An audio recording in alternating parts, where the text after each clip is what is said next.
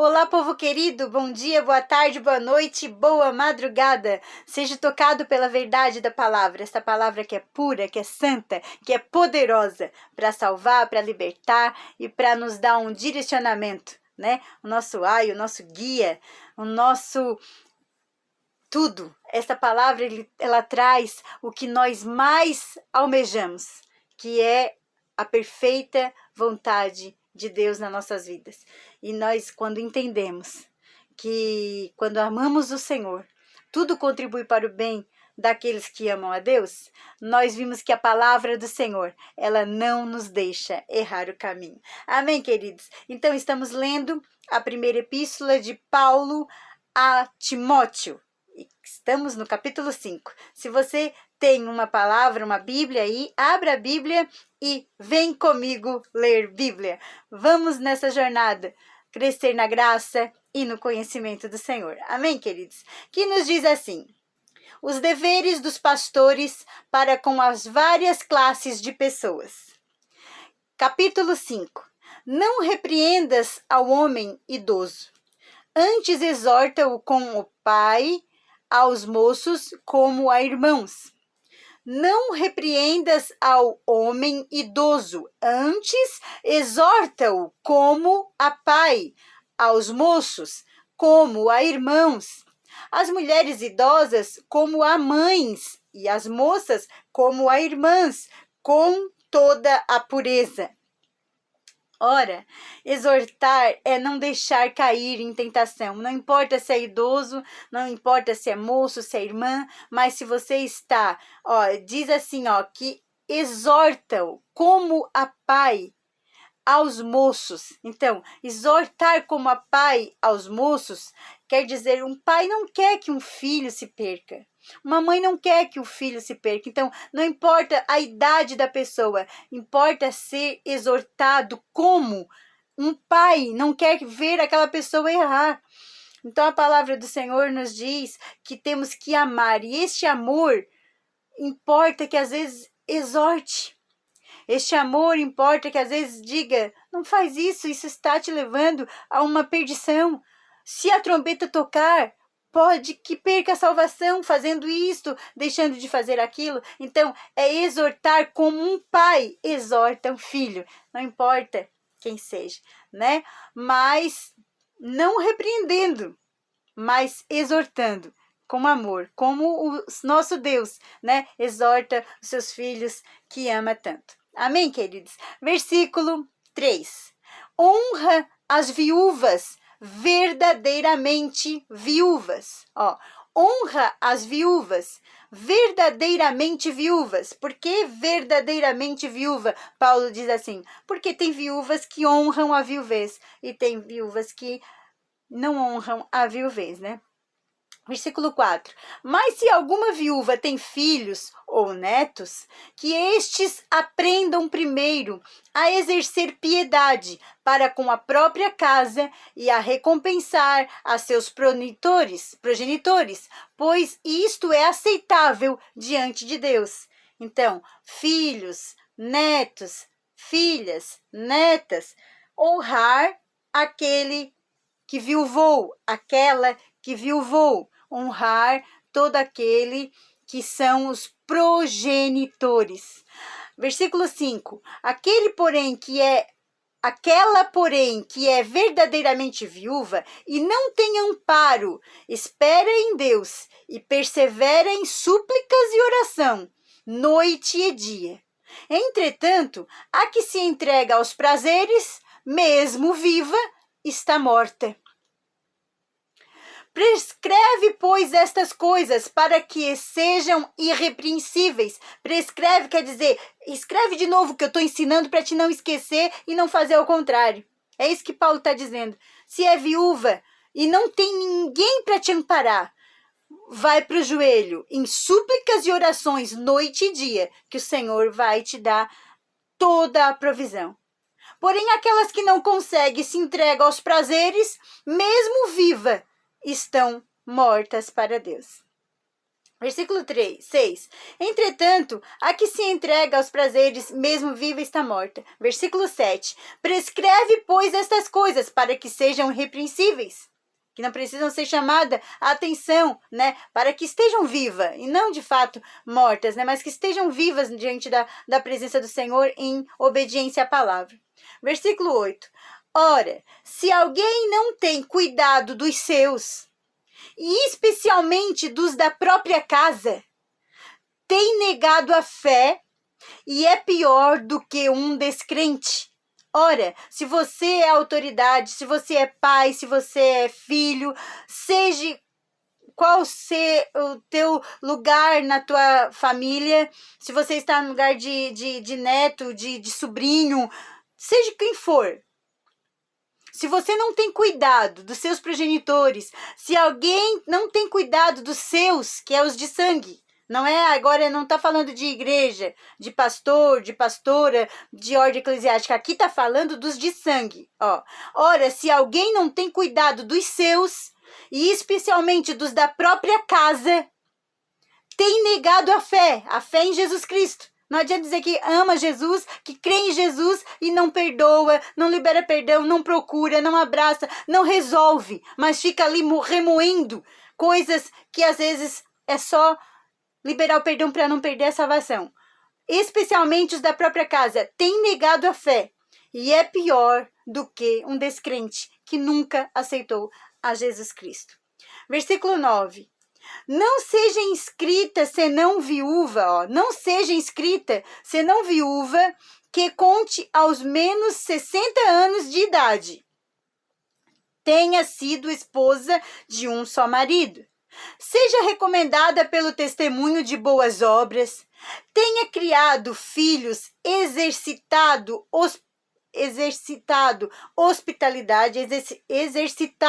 hospitalidade. Vou ler de novo, versículo 10. Seja recomendada pelo testemunho de boas obras. Tenha criado filhos, exercitado hospitalidade. Exercitado hospitalidade, tá certo? Que ela seja hospitaleira com todos que entram na sua casa, que seja mantenedora, que seja acolhedora, né? Lavado aos pés aos santos, socorrido a atribulados, se viveu na prática zelosa de toda boa obra. Oh, meu Deus do céu. As viúvas aqui, o Senhor deu um dom muito excelente. Criado seus filhos, exercitado a hospitalidade, lavado os pés aos santos, quer dizer, honrado, né, aqueles que profetizam bênçãos na sua vida, são os santos. Aqueles que adoram ao Senhor Jesus, proclamam a verdade do Evangelho, seja em qual for o lugar, chega na sua casa, ela provê aos santos, né? Ela provê aos santos a água para o banho, ela provê aos santos o mantimento, ela provê o bolo, ela cozeu o bolo, igual aquela viúva, né? E fez para o profeta Elias. Irmãos, é muito forte. Isto aqui é muito forte para os nossos dias. Quantos dos nossos idosos estão esquecidos em clínicas geriátricas? E famílias que professam a fé. Que nós se não tem condições de cuidá-los deles em casa, pelo menos visite de fato. Cuide deles de fato. É muito forte. Se nós professamos a fé, vai muito além de dizer eu te amo, mas sim provar que ama. Viveu na prática zelosa de boas obras. Versículo 11. Mas rejeita viúvas mais novas.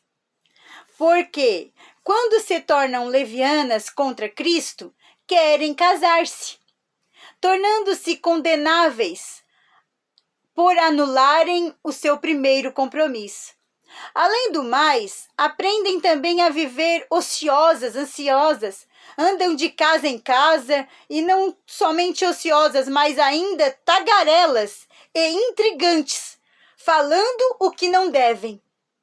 Quero, portanto, que as viúvas mais novas se casem, criem seus filhos, sejam boas donas de casa e não deem ao adversário ocasião favorável de maledicência, que é a murmuração. Pois com efeito já algumas se desviaram, seguindo a Satanás. Se alguma crente tem viúvas, se alguma crente tem viúvas em sua família, se alguma crente tem viúvas em sua família, socorra. Ai, Jesus, que palavra! Se alguma crente tem viúvas em sua família, socorra. E não fique sobrecarregada a igreja, para que esta possa socorrer as que são verdadeiramente viúvas. Se nós temos viúva em casa, cuide. Eu tenho a minha mãezinha que já é viúva há 12 anos. Para a honra e a glória do Senhor. Ela, ou quando ela está comigo, ou ela está com as minhas irmãs. Somos 3 irmãs. Graças a Deus, pela infinita misericórdia de Deus, Deus nos tem dado graça para ajudarmos umas às outras. E eu não quero aqui ser hipócrita, mas que sejamos de exemplo a muitas pessoas. Cuide das nossas viúvas. Amém, queridos? Versículo 17. Devem ser considerados merecedores de dobrados honorários os presbíteros que presidem bem, com especialidades os que se fadigam na palavra e no ensino. Pois a Escritura declara: não amordeçais o boi quando pisa o trigo, e ainda o trabalhador é digno do seu salário. Ora, irmãos, se existe uma palavra, existe uma ordenança. Paulo não cobrava por o que ele fazia, mas ele deixou aqui bem claro que se existe algum presbítero que preside bem o seu ministério, que haja um salário e digno do seu salário. Olha, não amordeçais o boi quando pisa o trigo. Quer dizer, está trabalhando, não tem como trabalhar com as suas mãos e cuidar do seu rebanho, então cuide bem do seu rebanho, que preside bem, que vai visitar, que não deixa passar necessidade, que tira de si para cobrir as necessidades dos seus. Este merece um salário, merece um cuidado. É a palavra, irmãos. Eu não estou aqui negligenciando. E todo aquele dinheiro que vem, que seja o quê? De coração. Que seja liberto o seu coração para abençoar a obra do Senhor. Pois o quê? Esse presbítero que recebe os honorários, preside bem. Quando está doente, vai visitar. Quando está uma família precisando, passando fome, levanta campanhas para levantar uma cesta básica do amor, uma cesta que provenha o enchimento do celeiro da sua ovelhinha. Ele está presidindo bem, então ele merece o seu salário. Agora, não é a minha farinha pouca, meu pirão primeiro. O pastor, a liderança, que veja com seus próprios olhos a necessidade das suas ovelhas, ele merece o seu salário, porque preside bem, está presidindo bem, com especialidades, os que a afadigam na palavra e no ensino. Estuda a palavra, ensina, exorta com amor. Esse merece ser, o trabalhador é digno do seu salário. Não aceites denúncia contra presbítero, senão exclusivamente sobre o depoimento de 2 ou 3 testemunhas. Quando aos que vivem no pecado, repreende-os na presença de todos, para que também os demais temam. Conjuro-te perante Deus e Cristo Jesus e os anjos eleitos, que são os pastores eleitos, Paulo dizendo para Timóteo, que iria ficar ali como um coordenador em Éfeso, que guardes este conselho, sem prevenção, nada fazendo com parcialidades. Irmãos, guarda este conselho, está dizendo para Timóteo.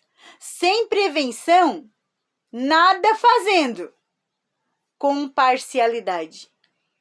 Irmãos, isso aqui é muito forte. Se nós tivesse tempo para conversarmos mais sobre isso, mas que nós podemos ter uma consciência limpa e pura, que, como Paulo disse, conjure-te perante Deus e Cristo Jesus e aos anjos eleitos, que guardes este conselho, sem prevenção, nada fazendo, com parcialidade. Versículo 22. A ninguém imponhas precipitadamente as mãos, não te tornes cúmplice de pecados de outro. Conserva-te a ti mesmo puro. Ora, irmãos, isso aqui é muito forte. Por quê? Às vezes as pessoas chegam e pedem oração pra gente, e a gente vai colocar a mão na cabeça, ou vai orar, ou vai abençoar. Eu lembro que já aconteceu algo, eu vou dar um testemunho aqui bem rápido. Chegou uma moça pra mim, eu não conhecia, e ela dizia, irmã, ore pelo meu casamento. E eu disse, amém, irmã, estarei orando. Só que o Espírito Santo disse assim, não coloque a mão na cabeça dela. Só que eu não entendi por que eu não podia colocar a mão na cabeça dela. E eu dizia, meu Deus, mas por que eu não posso colocar a mão na cabeça dela? E eu não entendia. Depois, orei ali, longe, Deus não permitiu que eu colocasse a mão na cabeça dela e disse, Senhor, seja feita a tua vontade, pois a tua vontade é boa, perfeita e agradável. E aí, no final do culto, essa irmã pediu o meu número, que precisava falar comigo. Eu passei o meu número, como sempre passo o meu número. Depois ela mandou uma mensagem para mim e ela disse, irmã, ore para mim, porque eu estou querendo muito ficar com aquele irmão que estava lá do meu lado, ele estava comigo, e eu quero ficar com ele, mas ele é casado. Assim, Jesus, tem misericórdia. Ele é casado, então não é teu. Aí eu entendi o porquê que o Espírito Santo de Deus não me permitiu colocar a mão na cabeça daquela jovem. Então eu orei para que Deus preparasse algo especial para ela, que ela fosse tocada, que ela fosse abençoada. Irmãos, e para a infinita misericórdia de Deus, para a glória de Deus, o esposo está com a esposa, estão felizes e fazendo a obra do Senhor. Por quê? Porque Deus é fiel. Por isso aqui que a palavra diz, não te tornes cúmplice de pecado de outro, precipitando, impõe as mãos precipitadamente, as mãos sobre outra pessoa, porque não sabe, né, se está em pecado ou não. A palavra ela adverte, irmãos, a palavra ela nos orienta, a palavra nos cuida, se nós seguirmos a orientação do Espírito Santo de Deus. Amém, queridos? Não continue, versículo 23, não continues a beber somente água. Usa um pouco de vinho por causa do teu estômago e das suas frequentes enfermidades. Paulo conhecia Timóteo, e Timóteo era conhecido como o jovem chorão, né? Porque o Timóteo se importava demais, ele sofria demais. Lembra quando a palavra diz chorar com os que choram e sorrir com os que sorriem? Paulo entendia o sofrimento de Timóteo. E todo aquele que tem ansiedade e sofre demais com os problemas alheios, ele começa a desenvolver um problema de estômago.